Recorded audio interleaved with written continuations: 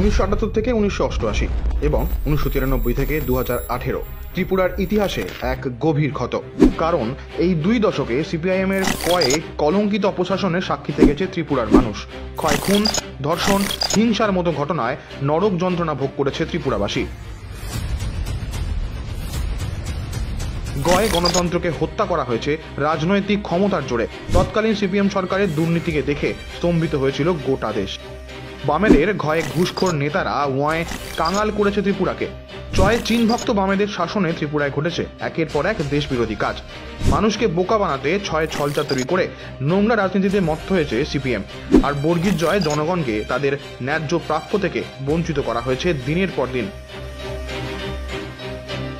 হাততলার ঝয় অনুন্নয়নের ঝড়ে দিশেহারা হয়ে পড়েছিল সাধারণ মানুষ। উন্নয়নের আশা নিয়ে যাদের ক্ষমতায় এনেছিল ত্রিপুরাবাসী, তারা ইয়ে কিঞ্চিত লজ্জাবোধ না করে কোটি কোটি টাকা দুর্নীতি করেছে।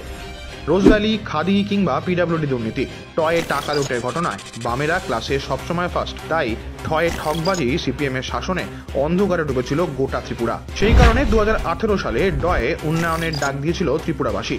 তারা চেয়েছিল দীর্ঘদিনের যন্ত্রণা বঞ্চনার থেকে মুক্তি। কারণ বিগত আড়াই দশক ধরে সিপিএম সরকার রাজ্যে ঢয়ে ঢাক পিটিয়ে উন্নয়নের ঝুড়ি ঝুড়ি ঘোষণা করলেও তার কোনো বাস্তবায়ন হয়নি। পশ্চিমবঙ্গের মতো ত্রিপুরার ওপরেও মূর্ধের নয় ঋণের বোঝা বাড়িয়েছে বাম সরকার। সেই টাকা গিয়েছে সিপিআইএম নেতাদের পকেটে। তাই একসময় টয়ে তৈরি ডুবেছে বামেদের। একসময় শক্তিশালী বাম দুর্গ আজ শুধুমাত্রই ভগ্নাবশেষ।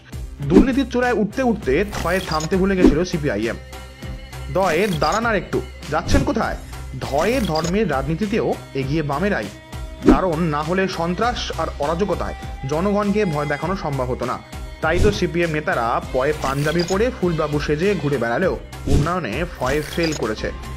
তাই ক্ষমতা ধরে রাখতে ভয় বক্তৃতা, ভয় ভাঁওতাবাজি, ময় মিথ্যে বলে ত্রিপুরার মানুষকে তারা বোকা বানানোর চেষ্টা করেছে। সিপিআইএম এর দুর্নীতির বর্ণপরিচয় লিখতে বসলে তা শেষ হবে না।